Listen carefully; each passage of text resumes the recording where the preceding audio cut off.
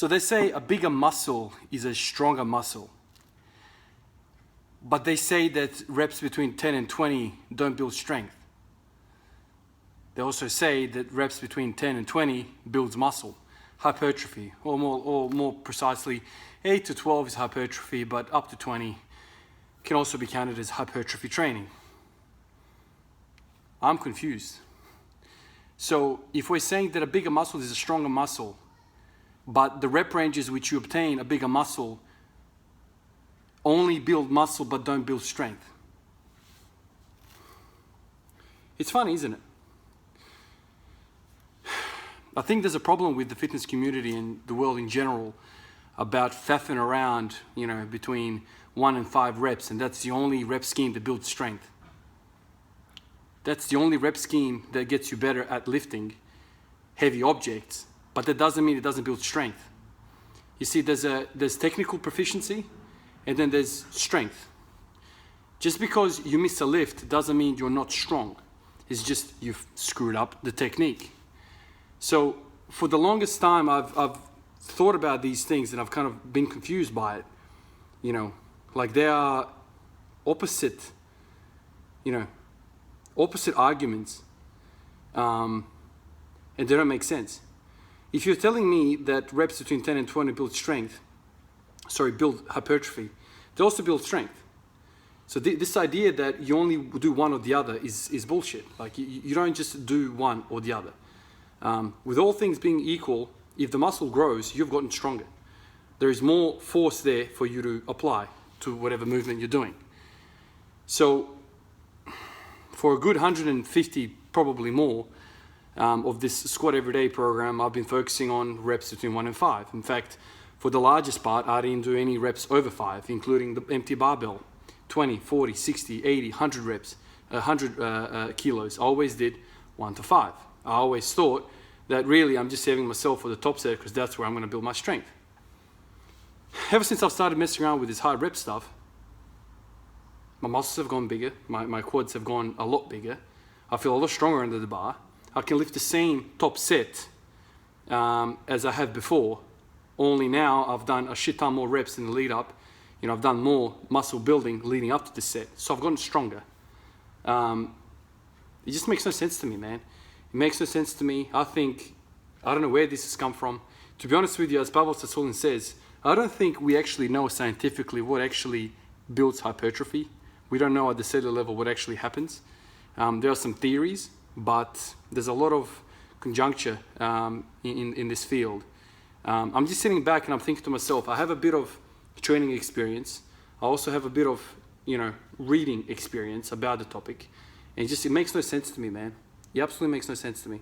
This idea that we're going to build hypertrophy and strength by doing reps 1 to 5, faster to 5, that's the king of all training in terms of powerlifting. Makes no sense to me, man. I don't know whether, enhanced athletes have ruined this field and completely skewed what a natural athlete is supposed to be doing. But I know from my own experience is that in the last few weeks that I've been doing this high rep business, I feel a lot stronger. My joints feel a lot happier. I've gone a lot more bigger, especially in the glute, hamstring, and quad region. And I think if I was to, now peak, I'd be a lot stronger in the top set. Now, peaking doesn't mean, you're doing sets of 1 to 5 only. Peaking just means that you are reducing your fatigue levels and preparing yourself for a 1 all-out effort sometime in a week or 2, whatever your peaking is. So I just want to share that with you guys. What do you guys think? Can you build strength with sets between 10 and 20? I feel that's exactly what you should be doing, especially if you are a natural athlete. This idea that you don't build strength in this rep range is stupid to me. If your 20 rep max goes up by 50 kilos, your 1 rep max is going up as well. You just need to spend a bit of time perfecting and learning how to lift and balance that heavy load. But it's not like you're building strength in 1 to 5. You've already built the strength. You're just learning how to express it. I believe that a bigger muscle is a stronger muscle. I really do believe that. So this idea that we all should be doing 1 to 5 reps in the powerlifting scheme, you know, it's really interesting. But yeah, anyway, just me thinking out loud. All right, I'm front squatting. I've got to my basically top set. So let me hit this, and then we'll get into some back squatting. But yeah, I've done a shit ton of reps already. I've done usual sets of 20 all the way up to 60, and then, you know, set of 10 at 80 kilos. 5 at 100, 3 at 120, and now I'll do this for 1. See how it moves.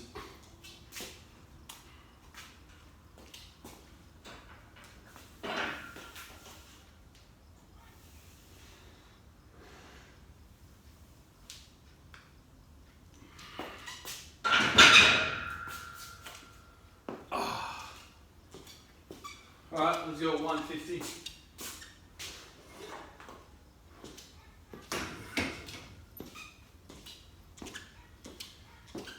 Should be probably the top set. See how it happens.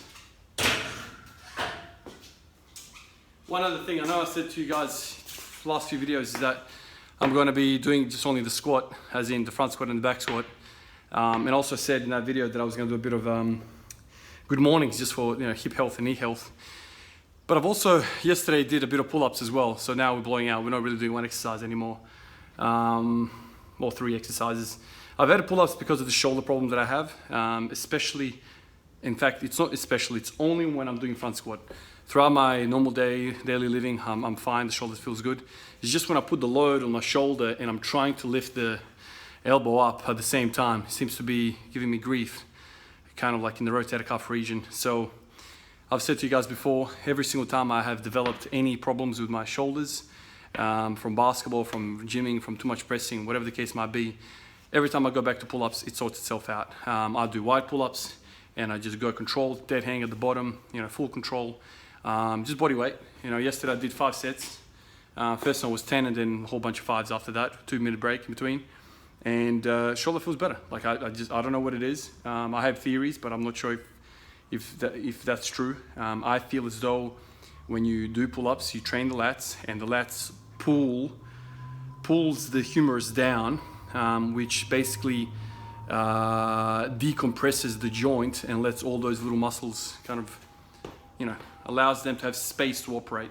I think most shoulder problems are, you know, related to basically, you know, some sort of impingement, some sort of restrictions, some sort of overuse patterns. And I feel like the lats are, I don't know. I've said this before, I feel like the lats are the key component of the upper body. They're a massive muscle group. Whether you believe in creation or evolution, I'm not sure, but I think we're built kind of like monkeys. So we're supposed to be really good at hanging and pull-ups. And I don't think we built all that well for pushing exercises, pressing exercises. That's how I feel, and I feel like we should be doing a lot of hanging, you know, from a bar, from a branch, whatever the case might be. And yeah, like I've played basketball, I've played the sport which is overhead, and I've never had any shoulder problems because I've always kind of thought the staple was pull-ups, push-ups kind of thing, and I never really got into weights until basically I hit 20s. But yeah, it's really interesting. Like I don't remember having shoulder problems, but this front squat is really, somebody's driving crazy. This front squat is really kind of disturbing the shoulder. So instead of being a numbskull and just sticking with it, I decided to throw the pull-ups back in and just take care of it. I'll be doing it every other day just to kind of, you know, make sure the lats are engaged, and there's tone there, nervous tone, so I can kind of like alleviate the shoulder. So really, like these top sets of the front squat, like they're being off, the shoulder pain is off-putting from like, you know, really going bonkers with the front squat. I think it's got to do with external rotation of the right shoulder. The left one seems to be really good, which is really interesting. Like it's probably got to do with habitual daily living, and probably I spend more time in external rotation of the left shoulder. But yeah, anyway, I have to work on external rotation. The lats internally rotate the shoulder. So you probably think to yourself, why are you training the lats? Well, a weak muscle is usually a tight muscle. A tight lat usually forces internal rotation. Training the lat will make the lat stronger, therefore make it relax a little bit, and therefore I will retain, or I will regain my external rotation. The body is geared heavily towards internal rotation. There's a lot of big muscles internally rotating the shoulder, like the pecs and the lats. And there are very, very few kind of minor muscles externally rotating the muscle, kind of like teres minor, teres major, or which one it is. It's a very, very small musculature compared to the internal rotation. So basically, you guys already know, I've spent a lot of time bench pressing in recent times and push-upping. And I think that's kind of predisposed me for this front racking position problem. So I need to get back to more pulling than pushing. And then I'll probably restore balance in my shoulder, and then we're going to be good to go. 150, let me hit this. Hopefully the shoulder doesn't cook me too much.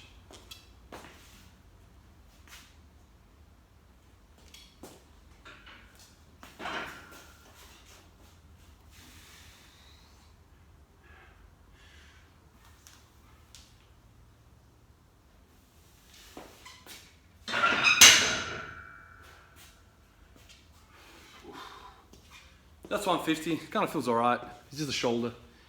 So let me hit this now for the back squat. Now what did I do last time? Let's have a look.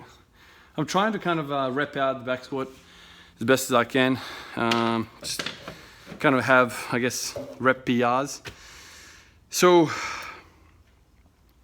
150 times 7 I did last time with the back squat. See if I can get that a little bit more.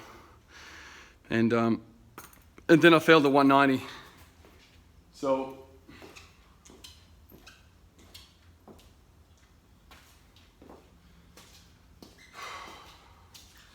but yeah, like I've already mentioned, I think concentrating on rep work in that kind of 75 to 85% range is really good. But I don't think you should neglect the lighter stuff either. I've said this before, it's cheap work, as in, stuff like, below 50% of your 1 rep max is, relatively easy to recover from, right? Like it's not central nervous system draining, and you can just get good quality work while you warm up. I think a lot of people kind of just skip the warm up as, oh, it's just a warm up, it's shitty weight, it's lightweight. But I've recently come to appreciate the value of it. It really kind of lubricates the joints. It reinforces technique. So I've really come to appreciate the light weights. And I'll do like basically 100 reps with it. So bar for 20, 40 for 20, 60 for 20, so that's already 60 kilos. And then I do 80 for 10, 70 kilos, and then I do 100 for 5, 120 for 3, so it's like close to 100 reps just in the warm-up. So yeah, I don't know, just accumulate rep work. That's what I feel like right now. My body feels amazing. Other than the shoulder, which I've kind of screwed up because I've neglected pulling. But I'm pretty confident that's gonna, restore itself really well. The pain is a good type of pain. It's not a bad type of pain. So yeah, in a good space right now. I feel like I've gotten a lot of fitness doing all this rep work. I feel like I've gotten a lot bigger. I'm not a bodybuilder as such, but it's just interesting to see the side effects of certain rep ranges. And I'm doing this every day, right? Like, I'm not doing this 3 times a week where I'm resting and whatever. The body can take a lot of things as long as you kind of ease the body into it. No major shocks. I know the bodybuilding industry and the world, they're like, it's all about shocking the system. Change your movements all the time. Shock. I don't know, man. In my intuition, it's not about shocking the body. It's about being one with the body. Like, you don't want to always, it's not the enemy. The body's not the enemy. The body is not the enemy. Every time you do something, you're sending a stimulus to the muscle. You're trying to teach the muscle something. Why would you want to fight it? Why would you want to freak it out all the time? If you're concerned about performance, you need to, dial in the technique while putting in volume work. This idea that, I know Corey McGregor, what's the guy's name? The squat everyday dude. That's Muscle Farm guy. He made like a whole playlist of well-produced videos about squat every day. And he talked about like having a variation, like 14 different variations, you know, in the program. And so like, you know, you don't touch the same variation, you know, for 2 weeks kind of thing. You know, belt, you know, use all these different things, you know, low bar, high bar, front squat, flat shoes, heeled shoes, belt, knee sleeves, knee wraps, like all that stuff. So it's every time you come in, you're doing a different thing. It's kind of like a West Side barbell type thing where you're doing conjugate. I don't know, like to me, that's intuitively, it's weird, man. Like, you know, like where else do you see that sort of stuff? I don't know. Like if you're playing basketball, playing soccer, you don't see a soccer player playing with a tennis ball and then a volleyball and then a Bosu ball and then whatever else. Like you just have a soccer ball and you just use the same implement and you use different kind of, I guess, rep schemes and different situations, game time situations where you drill different things to accumulate that skill. I don't know. Maybe I'm wrong with this sort of stuff. Like conjugate method obviously has produced many different athletes, but I just don't see how deviating away from the sport will bring, you know, more success. I don't know. This is the thing. Like, and I've said this in the past. Like some of these guys from Westside Barbell are enhanced. So how do you compare that to non-enhanced? Like I don't know. Like the whole thing is really, really difficult. I've said this to you guys before. Like you can see this stuff, read this stuff, appreciate this stuff, like applaud this stuff. But at the end of the day, what does that mean for you and your shed and your barbell? Like, can you do the same thing? Do you have to get another 15 different barbells to train and get the most out of it? I just don't know. That doesn't make sense to me. That doesn't excite me to do that. I'd just rather pick 1 or 2 variations. The reason why I picked the front squat, and that's a variation, it's only so I can hit my quads more.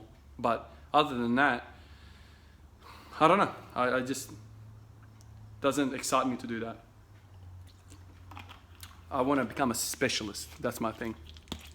That's why I always kind of I always gravitate towards the Olympic weightlifters and what they do and how they train. Powerlifting to me is kind of like, it's weird. It's a weird sport. It's a really weird sport. Anyway, going on a tangent. Let me do this 150 back squat. See if I can get 7 reps.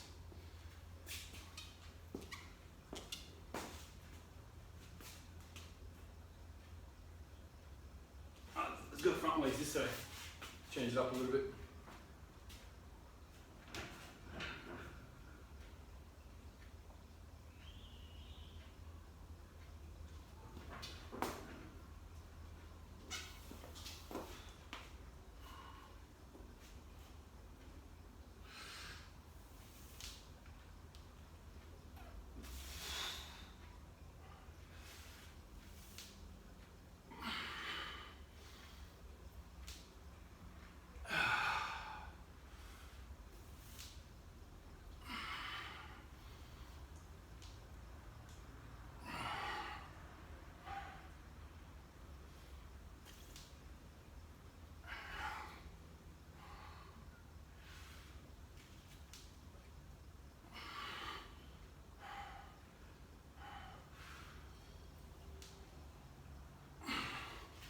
Oh man.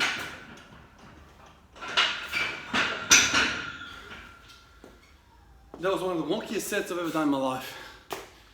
The first rep, I kind of lost balance, went forward, and then I lost count.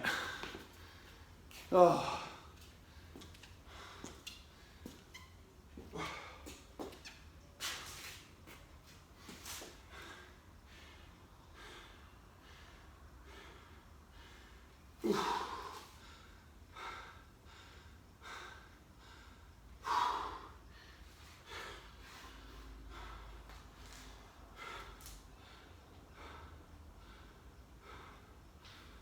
Oh, 170.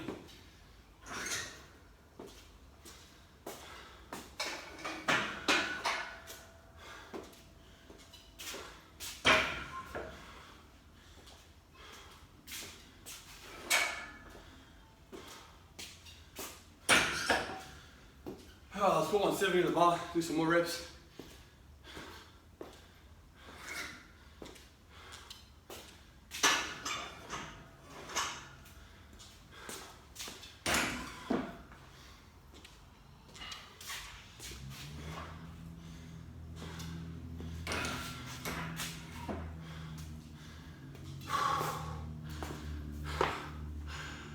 Oh, that was a weird set. I have to watch the replay to work out if I got 7 or 8 or 6 or whatever. I'm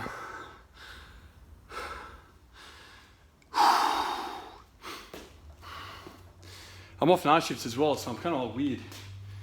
Tired, underfed.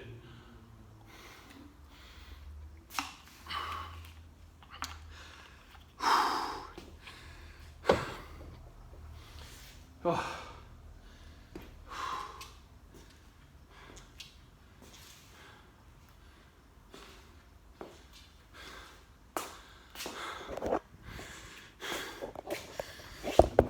Obviously, there's many different pathways to get stronger.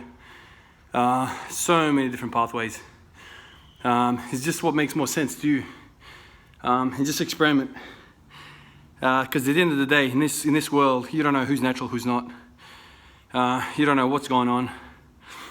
Guys are there, claiming some numbers and whatever, but you don't really know what they're doing.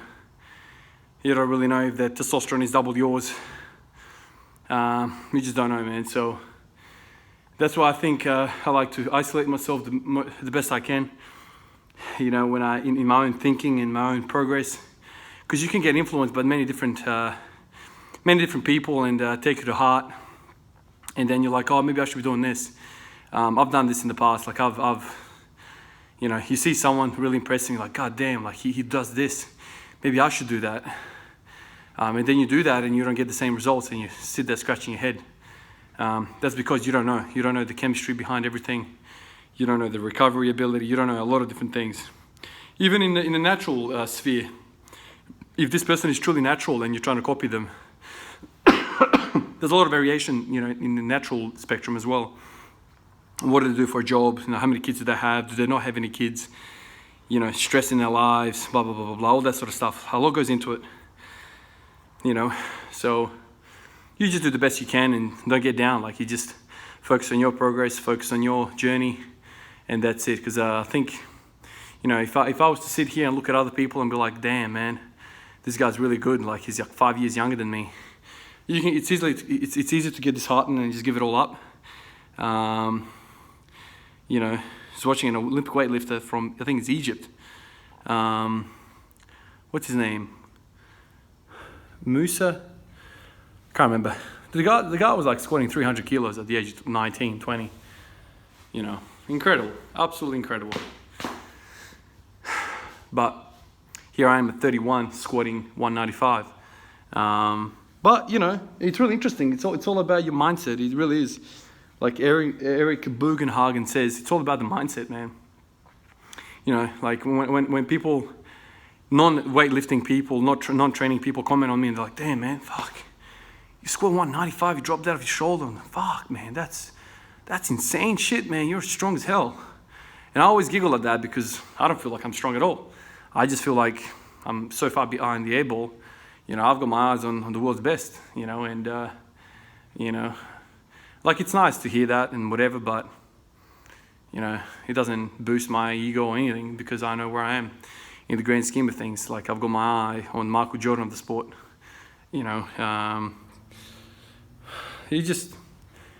it's a very, very private sport. Like, coming from basketball where it's a team sport, there's a lot of players, a lot of variables. This is you and the gravity, man. And you just got to work out how to break plateaus, how to break through things. And yeah, it's really, really interesting sport. Really interesting sport. And the more you don't listen to other people, the better it is for you. Just because, like I said to you, you don't know what's going on, man. The only thing I know, true to my heart, is that if you're able to increase your work capacity, your volume in training, you're probably going to get stronger. And that should be your number one goal. Pull more and more volume under your belt, more and more strength, more and more time under the barbell. And those are pretty much the only variables that you can control, other than putting on a shit ton of weight, eating like a pig, getting fat. Those are the things that will get you stronger. But yeah, other than that, who the hell knows what's going on? Anyway, let me mount this somewhere else and we'll do another set. This is going to be a 170. Yeah, will it sit here?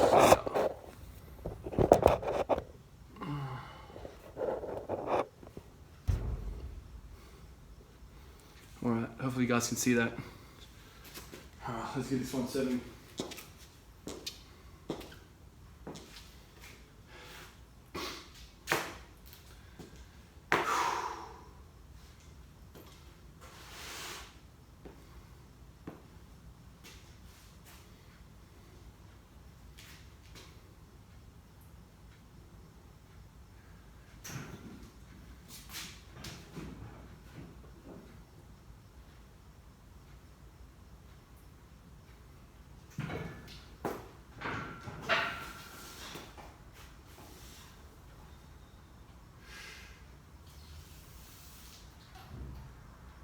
Man, tired quads, big time.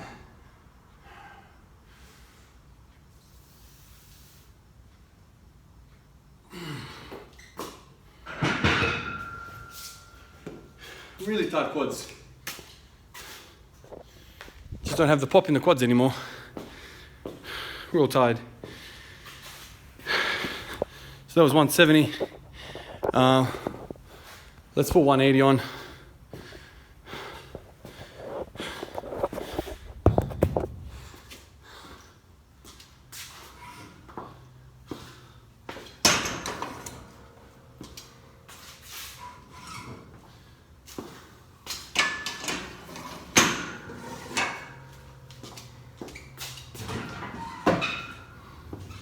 So what I'm thinking today of doing as well, like I'm feeling weak today, and good reasons why. Just too damn tired, man, from night shifts, and need to catch up on rest. But thinking about, I'll hit 180 now, and then I'll put 200 on, and I'll do a negative with that and drop it. Let's see how 200 feels on my back. I've never had 200 on my back like that.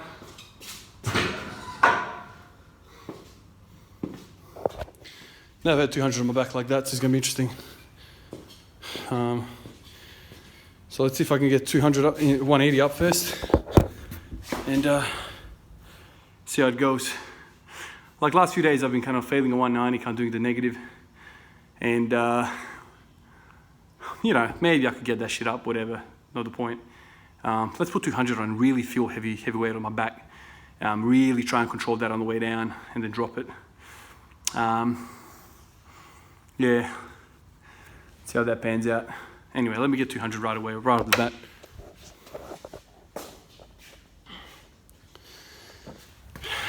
Unique with these damn views.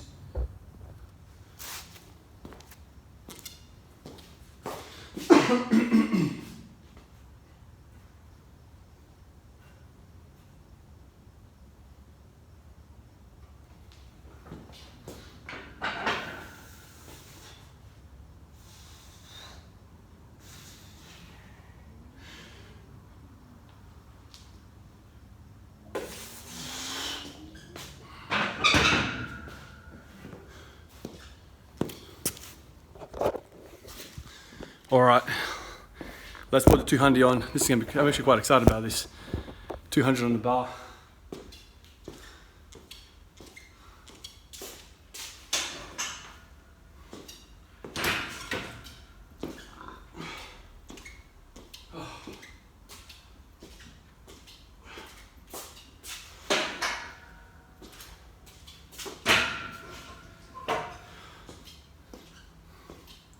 I'm just interested to see whether the bar's gonna like make me plummet down, whether it's gonna really force a fast descent, or whether I have the ability to some sort of degree control it on the way down. You know, we all know that eccentrically we are stronger, much stronger than concentrically. So, you know, this type of force negatives, you know, heavy negatives, you know, people in calisthenics use it all the time. There's a lot of different uses for it. It's purely central nervous system training, basically, like, you know, feel the load. And I guess you can say it trains the muscle as well, because we know that most muscle damage happens in the eccentric phase. So let me catch my breath here, and we'll see this glorious fail. So I'll try and sit in the hole absorb the weight in the hole. I feel really confident in the hole. Like, the hole is not my problem. It's getting out of the hole, obviously. So let's see if I can get down to it, and then I'll just roll it off my back, and that'll be it. All right, I'm really excited, so I don't want to wait. Let's go.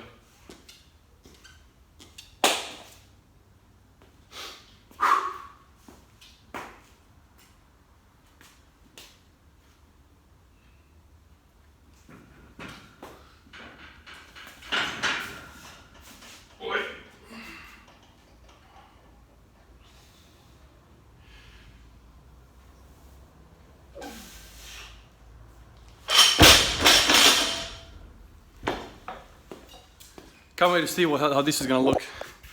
I feel like maybe halfway down I was controlled, and then I kind of dipped at the bottom there.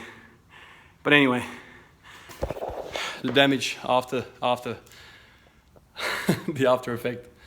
Anyway, I'm gonna do some good mornings now, just for health reasons, I guess, and call it quits, get some food into me, and have a proper night's sleep, which I haven't had in a couple of days now. All right, guys, catch you tomorrow.